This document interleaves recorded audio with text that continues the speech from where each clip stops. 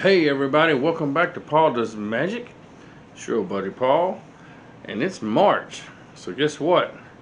It's time for the artist spotlight, and I'm super excited for you guys to watch this month's spotlight artist. So without further ado, let's just get right into it. This month's spotlight artist is Caroline Ravn.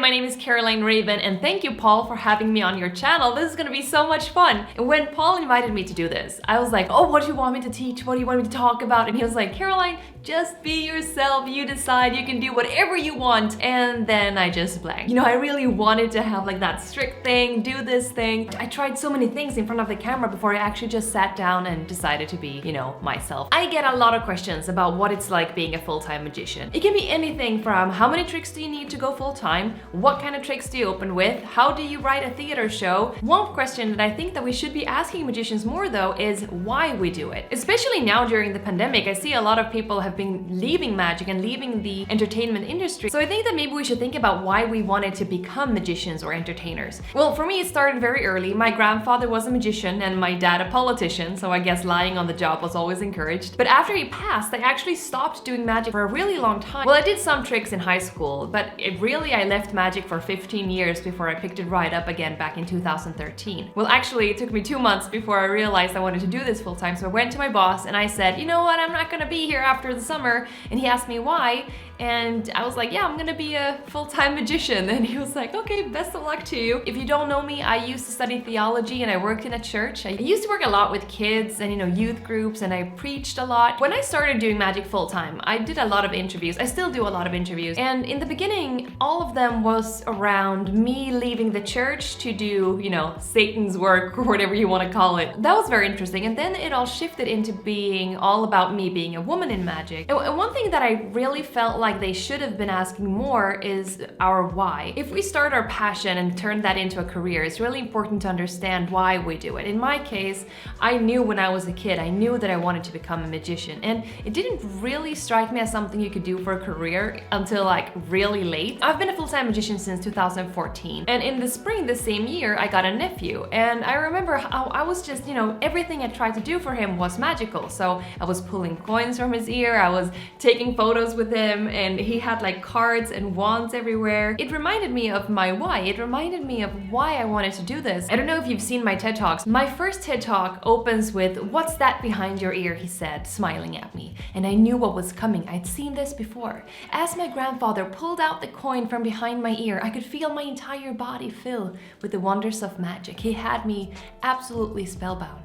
And I remember a feeling of warm tears filling my eyes as I thought that one day I'm gonna be just like him. And I mean, that's a beautiful story all by itself, but when you think about it, I think we all need to have that why we do these things, especially when we decide to take our hobby and passion and turn that into a career, because let me tell you, it's not easy, especially not during a pandemic like this. I mean, I've had to change a lot to be able to still do this. When the pandemic hit, I was traveling all over the world. I was doing shows on cruises. I was in Vegas one night, back to New York, and then to Stockholm, then Vietnam the next week. So that was my life. And then back in March 2020, my entire calendar just opened up and it was completely free and I had no idea what I was doing. And luckily, I am very camera confident. And I actually think that that's been very helpful for me, because now I have to do my shows in front of a camera. And I've had a YouTube channel for quite some time now, and I'm very confident talking in front of a camera, and I don't mind having the lights. So literally the light is, what can that be? In centimeters, it's like 30 centimeters. How much is that in inches? Let me know in the comments below. I have lights everywhere, and I have my camera and my microphone and my stand. It does not bother me at all. So when Paul asked me to do this, I had no idea what I wanted to say. A couple of things I want to leave you with though. I want to ask you about your why. Why are you in magic? Why do you want to do this? If you want to do it, just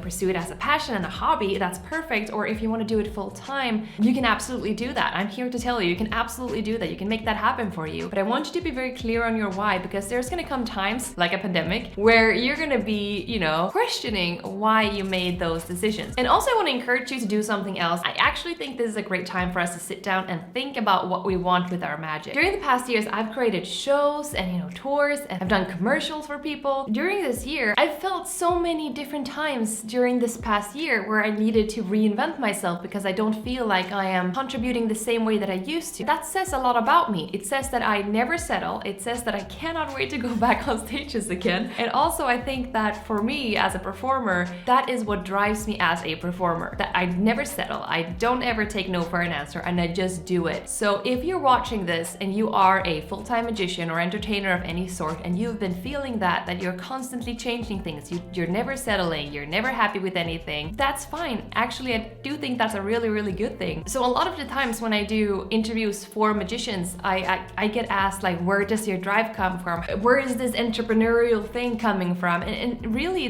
that is it. It is that I never settle. It is that I always say yes to everything and I just go all in. And one thing that I actually taught my agent when we started working together is that I would rather ask for forgiveness than for permission. So that's what I always do. So instead of teaching you a trick, I thought I'd give you some theory and some background on who I am and what I do and what I think we should be thinking about going forward. You can find me here on YouTube. My name is Caroline Ravn, and I'm also on Instagram at Ravn Magic. If you look in the description below, there's going to be a link to my full show. If you want to go check it out, please do. That show I did May 2020 during a lockdown. We had 11 people in the audience, and it was a 1,120 seats. I'm gonna say that one more time, 1,120 seat theater. 4 cameras, a full TV production team, 1 magician, and again, 11 guests. It was really, really scary. And we live streamed the show all across the planet, and it was amazing. So I have it now up on YouTube for you to watch. I do hope you enjoyed this little talk, and thank you so much, Paul, for trusting me enough to have me on your channel like this. And I will see you soon. Take care. Bye. All right, guys, I hope you enjoyed that. I mean, I think everything that she said in her spotlight is true. Why do we do what we're, why are we doing this? Because it's in our passion, and it's in our blood, and it's what we feel drawn to do. And if that's not something that you feel, you may need to reassess. But, I'm not going to be the one to tell you how to live your life. But I do believe that those of us who have that call just won't let go.